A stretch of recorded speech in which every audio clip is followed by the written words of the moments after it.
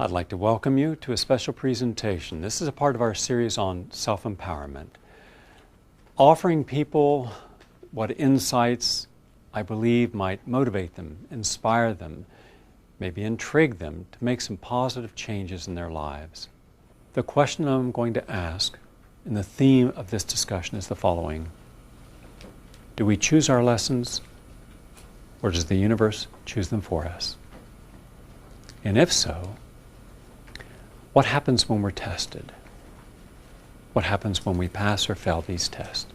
If I'm going to say that one of the lessons of my life is I want to honor the body, then I can't do anything that dishonors it. I can't have this sliding scale of compromise. Because if I start compromising, then where does the compromise end? If there are principles by which I know that I'm honoring my life, then I have to honor that. And one of the principles I honor my life is if I set myself some realistic goals, to be healthier now than I was last year, to be happy as I can be, then I have to challenge anything in my life that allows unhappiness to manifest or compromises my integrity. So frequently the challenges I'm given, the tests I'm given, are ones that test the very core of who I am. Therefore, every day I open a new picture book and write a new story of life today. And then if you're in my life, what's important is today's going to be a new story that has nothing to do with yesterday's story. So there's newness, excitement, there's adventure, there's challenge, there's growth, because I'm not anchored to anything. The anchor is our fear. The anchor is the conventional way of living that somehow my beliefs that I grew up with in West Virginia would guide me through my life. No, I just returned from a reunion that was more like watching a rerun of Night of the Living Dead. Just like zombies walking around looking for someone's brain to eat. Everybody's smoking and drinking and eating garbage. There was one guy, I went to the reunion, they had all this fried chicken. I guess it was chicken. It's West Virginia. You could put anything, nobody would complain. It could be inner tubes, who cares? Just barbecue it and it's okay. And this one big guy, you know, and he looked like my father. And that was scary because nobody would talk with me like, you know, I go to sit down with some buddies I went to school with, and, you know, it was all, well, how's it going, Gary? It's going fine. How's it going with you? What can I say? You know, 3 marriages, you know, and a bunch of kids, and, you know, looking forward to retiring. And but what do you look forward beyond retiring? That's enough, isn't it? Retire. No, but what can you say you're really happy about your life? Well, you know, I raised a family. But were they happy and are you happy? Are they functional or are you functional?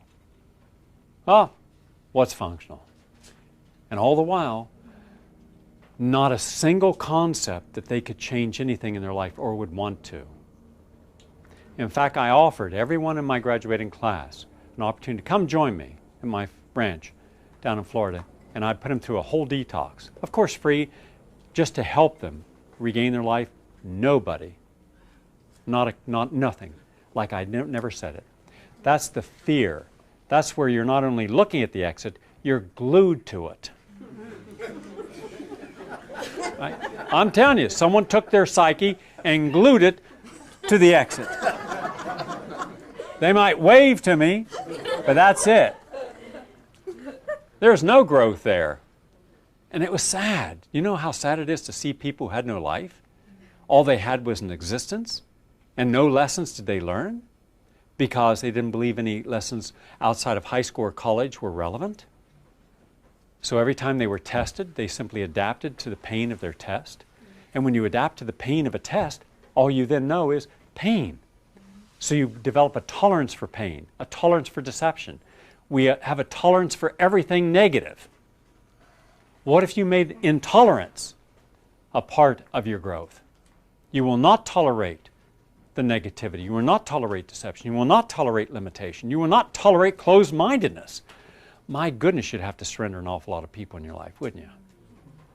But what good is to have people in your life who are not growing?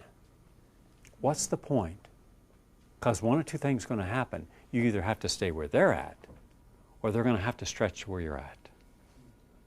And more often than not, our own fear of feeling alone keeps us with the known and limits us in our potential.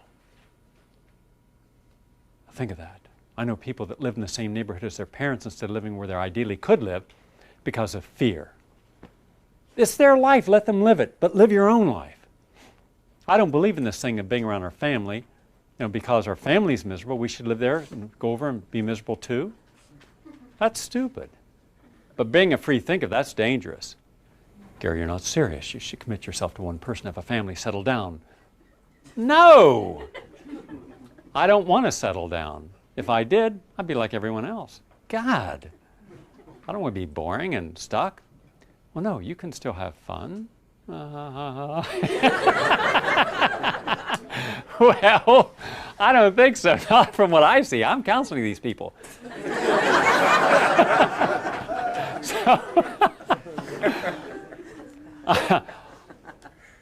I'm that guy riding off on the horse. I'm not sticking around to eat the apple pie. I think we should all be on a horse riding someplace. I think it's important just to feel free sometimes. Just free.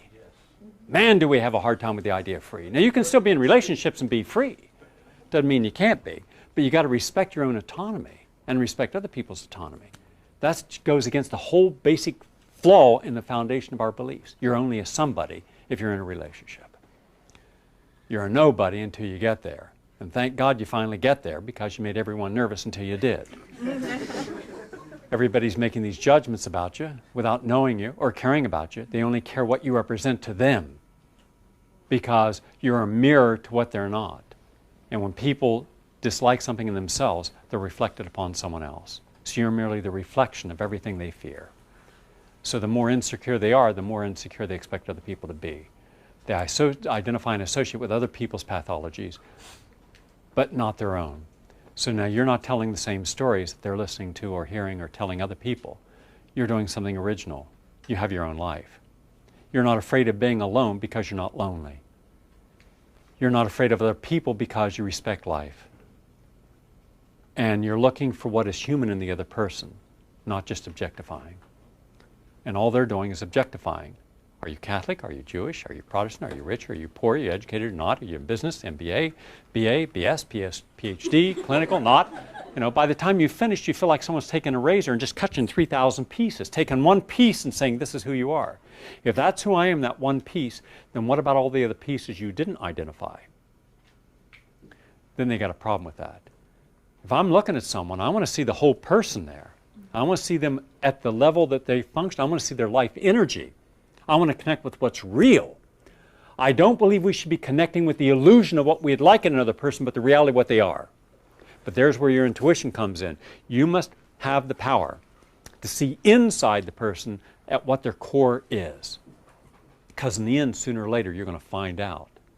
If it's in business or a friendship or any kind of relationship, wouldn't it be nice to know all about the person right up front? What if there was like a psychic fluoroscope?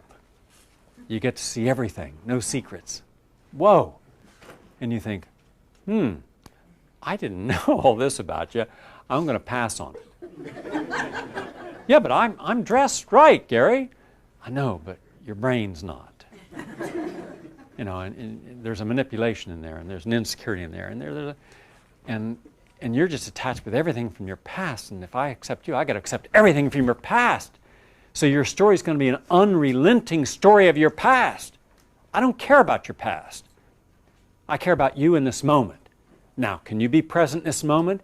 To be present in this moment, you've got to learn a lesson about the moment. And your belief system didn't tell you about being in the moment. Your belief system says you have a past and honor it. All you can do is grow from your past with everyone else. Well, I take a look at everyone in my past, and I don't want to be a part of that. I want to grow from where I'm at now, today.